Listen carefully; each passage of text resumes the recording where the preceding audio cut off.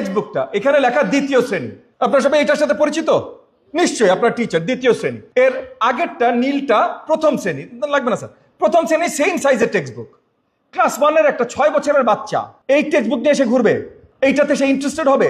এতগুলো পাতা নিয়ে সে এখনো পড়তে শিখেছে ক্লাস 1-এ, তাহলে কেন আমি এই টেক্সটবুক তাকে দিচ্ছি? আপনি টিচার হিসেবে তার প্রোগ্রেস মনিটর করবেন, বাচ্চার নিজের প্রোগ্রেস দেখার দরকার নেই। তাহলে সে মজা পাবে কোথা থেকে? হ্যাঁ, আমি না এইটা আজকে শেষ করেছি, আমি এর পরেরটা নেক্সট উইকে যাব, এটা একটা এক্সাইটমেন্ট আছে না ভাই? আমরা বুড়া বয়সে একটু এইটার এরকম এক্সাইটমেন্ট পাই না? তাহলে বাচ্চাকে কেন দেবো না? আমার কেন, মানে বেসিক ডিজাইনই তো গলদ ভাই, এটা কেন হবে?